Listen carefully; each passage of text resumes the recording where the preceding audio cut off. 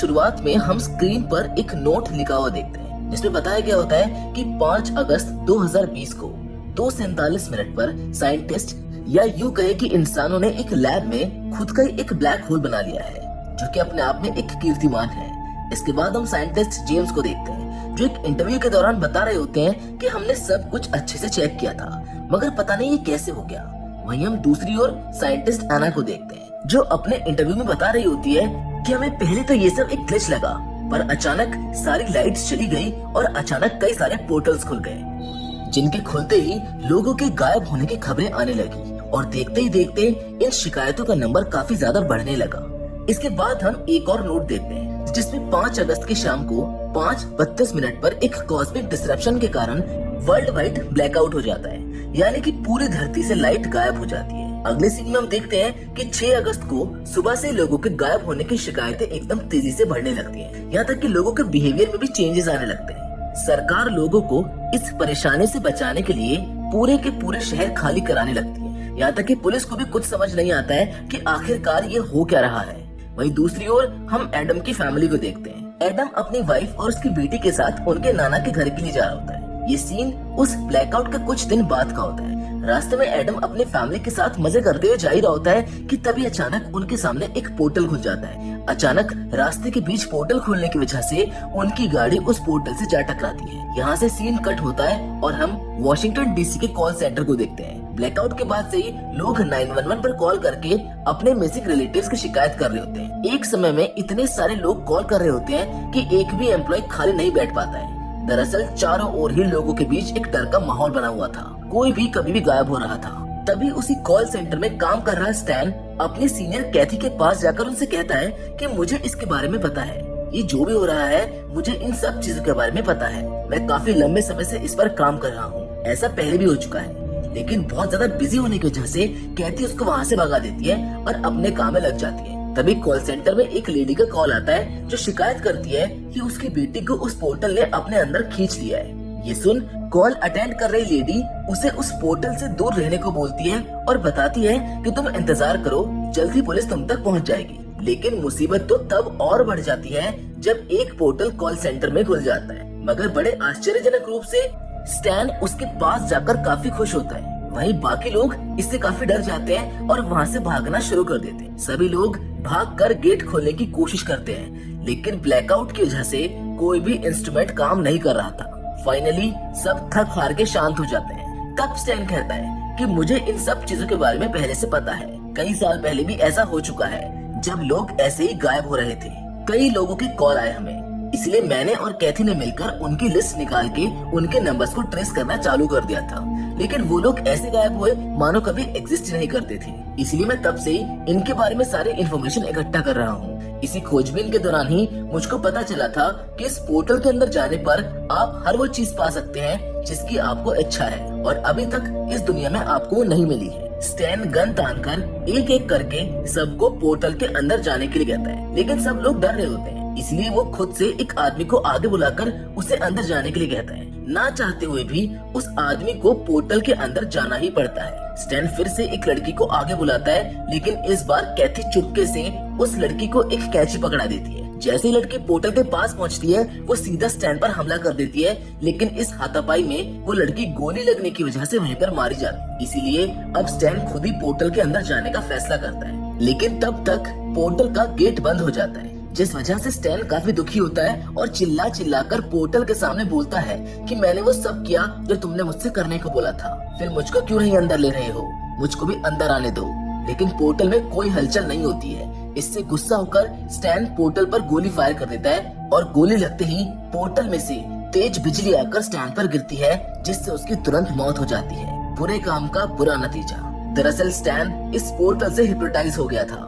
Portal अपने मकसद को पूरा करने के लिए उसका इस्तेमाल कर रहा था और स्टैन पोर्टल के द्वारा दिखाए लालच के जाल में आकर ये सब कर रहा था। कुछ ही समय बाद पुलिस कॉल सेंटर में पहुंच जाती है लेकिन सब कुछ वहां से ऐसे गायब हो गया था जैसे कभी वहां पर कोई था ही नहीं, यानी कि पोर्टल सबको अपने अंदर निगल चुका था। इसके बाद हम एडम को एक अस्पताल में देखते हैं। एडम की एक आंख पर पट्टी बंधी होती है। तभी एक लेडी डॉक्टर आकर उसको बताती है कि तुम एकमात्र ऐसे इंसान हो जो उस पोर्टल के अंदर जाकर वापस आए हो, यानी कि आज से पहले जितने भी लोग अंदर गए हैं वो फिर कभी लौटकर वापस नहीं आए। तभी एडम उस लेडी से अपनी बेटी और वाइफ के बारे में पूछता है। वो लेडी डॉक्टर उसको बताती है कि वो भी यहाँ पर आ रहे हैं, उन्हें भी तुम्हारी चिंता हो रही है, इसलिए वो यहीं इसी अस्पताल में आ रही है। इसके बाद डॉक्टर मार्कोनेन आकर एडम की आंख को चेक करते हैं। वो बताते हैं कि तुम्हारी आंख में काफी गहरा घाव है, इसलिए हमें इसका ऑपरेशन करना होगा। जल्द ही ऑपरेशन की तैयारी की जाती है। ऑपरेशन शुरू करते हुए डॉक्टर उसकी आंख पर एक चीरा लगाते हैं। चीरा लगाते ही एडम की आंख एकदम से निकल पड़ती है। अब ऐसा क्यों है और ऐसा क्या हुआ उसकी आंख के साथ, ये तो हमको कहानी में आगे ही पता चलेगा। यहाँ से सीन शिफ्ट हो जाता है और हम जकार्ता इंडोनेशिया में दो बहनों को देखते हैं जिनका नाम सैरा और जिल होता है। ये सीन ब्लैकआउट से 3 मिनट पहले का होता है। ये दोनों एक पार्किंग लॉट में बात कर रही होती है, जहाँ जिल अपनी बहन सैरा को बताती है कि मैं प्रेग्नेंट हूँ। लेकिन ये सुन सैरा काफी नाराज हो जाती है क्योंकि कुछ समय पहले ही वो भी प्रेग्नेंट थी, लेकिन किसी कारण से वो बच्चा जन्म लेने से पहले ही मर गया था, जिस वजह से सैरा अपनी बहन जिल पर गुस्सा होते हुए उस पर चिल्ला देती है। तभी अचानक उस पार्किंग लॉट की लाइट चली जाती है। लाइट जाते ही जिल वहाँ से गायब हो जाती है। सैरा इस बात से काफी घबरा जाती है और इधर उधर जिल को ढूंढने लगती है। थोड़ी देर में जिल उसको एक कार के पास हिप्नोटाइज स्टेट में दिखाई देती है। मानो ऐसा लगता है कि जैसे कि वो जिल ही नहीं हो। तभी वहाँ और भी कई सारे लोग आ जाते हैं जिन्हें देखने पर ऐसा लगता है कि मानो वो लोग अपने कंट्रोल में नहीं है। तभी जिल सैरा को अपने साथ चलने को कहकर पार्किंग लॉट में चलने लगती है।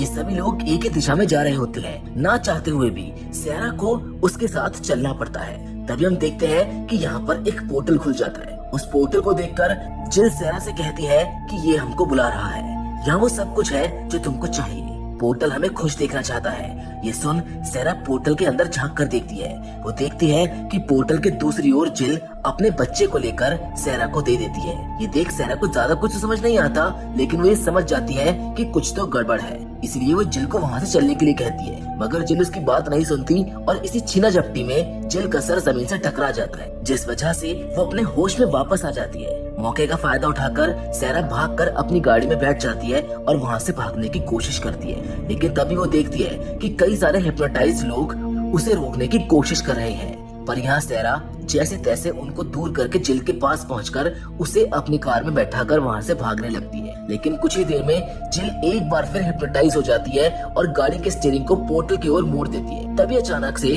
उस पोर्टल में से एक रोशनी निकलती है, जिसको देखकर सैरा भी हिप्नोटाइज हो जाती है और वो दोनों उस पोर्टल के अंदर चले जाते हैं। होश में आकर सैरा खुद को उसी पार्किंग लॉट पे पाती है, लेकिन यहाँ पर कोई नहीं होता।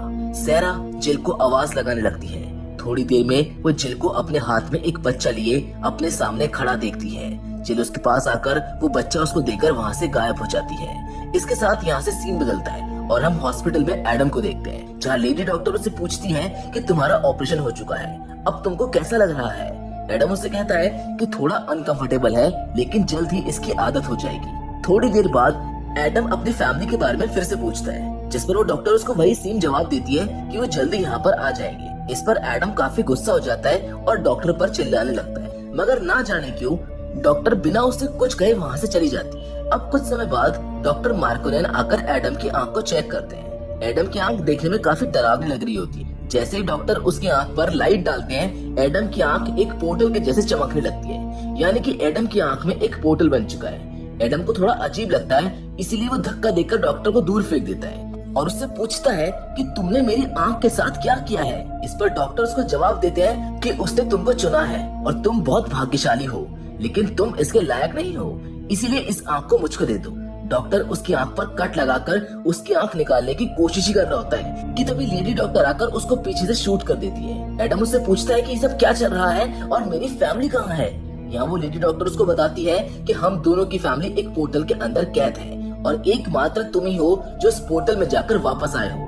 अब तुम ही हमारी मदद कर सकते हो, क्योंकि सिर्फ तुम ही पता कर सकते हो कि वो कहाँ है और किस हाल में है। लेकिन एडम उसे बताता है कि मुझको कुछ याद नहीं है कि मैं वापस कैसे आया, जिस पर वो लेडी डॉक्टर उसे अपने साथ एक रूम में ले जाती है। दरअसल ये वही रूम है जहाँ डॉक्टर मार्कोनेन ने एक पोर्टल को छुपा के रखा था। वो लेडी डॉक्टर एक मशीन की हाई फ्रीक्वेंसीज की मदद से उस पोर्टल को ऑन कर देती है, लेकिन जैसे वो पोर्टल चालू होता है उसमें से इतनी तेज रेडियो एक्टिव एनर्जी निकलती है कि वो लेडी डॉक्टर उसको सहन नहीं कर पाती और उसका सर वहीं पर ब्लास्ट हो जाता है। पर एडम अब तक फैसला कर चुका था कि वो हर हाल में अपने परिवार को बचाकर ही रहेगा, इसीलिए वो उस पोर्टल के अंदर चला जाता है। पोर्टल के अंदर जाते ही एडम खुद को एक रोड पर पाता है। अब थोड़ी खोजबीन के बाद उसको एक जेल मिलती है, जिसके एक लॉकर में वो दूसरे एडम को मरा हुआ देखता है। हो ना हो ये पोर्टल जरूर उसके साथ माइंड गेम खेल रहा है। इसके बाद एडम एक और लॉकर को खोलता है जो सीधा एक घर में जाकर खुलता है। वहाँ एडम एक लड़की को देखता है।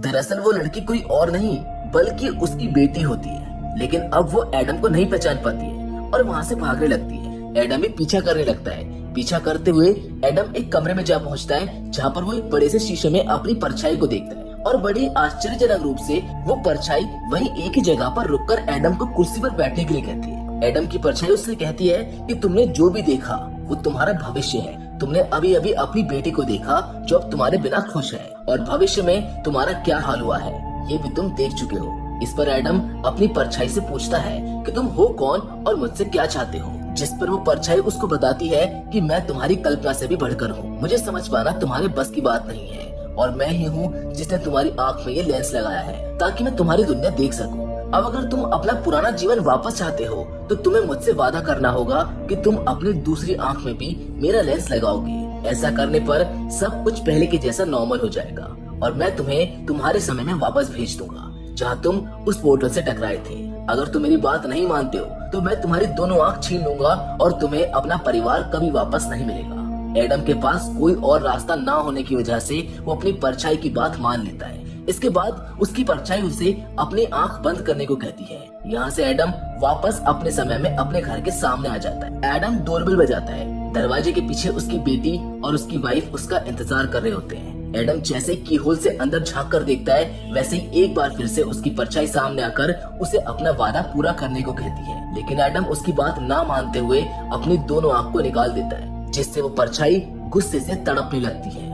एडम का ऐसा करते ही वो उस समय में आ जाता है जब वो पोर्टल से टकराने के बाद अस्पताल में भर्ती हुआ था। एडम की वाइफ और बेटी अस्पताल में उसे मिलने आते हैं, जहाँ आंखें ना होने के बावजूद भी एडम अपने परिवार से मिलकर बेहद खुश होता है। अब यहाँ से हम 3 महीने बाद का सीन देखते हैं, जहाँ मूवी के शुरुआत में दिखाए 2 साइंटिस्ट जेम्स और एना अपने एक्सपेरिमेंट की सफलता के चलते 2 पोर्टल्स को कनेक्ट कर देते हैं। एना जेम्स से बात करती हुई उस पोर्टल में एंटर करती है और थोड़ी देर में वो पोर्टल के दूसरी ओर खड़े जेम्स के पास निकलती है। यानी कि दोनों साइंटिस्ट ने मिलकर इन पोर्टल्स को यूज करके एक वर्म होल बना दिया है, जिससे हम अलग अलग टाइम और स्पेस के बीच में इजीली ट्रैवल कर सकते हैं। इसी को कहते हैं आपदा में अवसर ढूंढ लेना। अपनी सफलता के चलते दोनों इसे एक बार फिर से ट्राई करते हैं, लेकिन इस बार जेम्स तो बाहर आ जाता है, लेकिन एना बाहर नहीं आती है। जेम्स काफी डर जाता है, मगर कुछ ही देर में एना भी उस पोर्टल से बाहर आ जाती है, लेकिन इस बार उसकी आंखों से ब्लैक कलर के आंसू निकल रहे होते हैं। तभी अचानक एना जेम्स पर हमला करके उसका सर फोड़ देती है और कहती है कि ये तो अभी सिर्फ शुरुआत है। यानी कि जो शैतान पहले एडम के अंदर आया था वो अब एना के अंदर आ गया है, जिसकी मदद से वो अब अपने पापों को अंजाम देगा। जिसके साथ ये कहानी यहीं पर खत्म हो जाती है। मैं उम्मीद करता हूँ कि पोर्टल्स की कहानी आपको जरूर पसंद आई होगी। बाकी फिलहाल आज के इस वीडियो में तो बस इतना ही, लेकिन हम फिर से जरूर मिलेंगे और वो भी एक और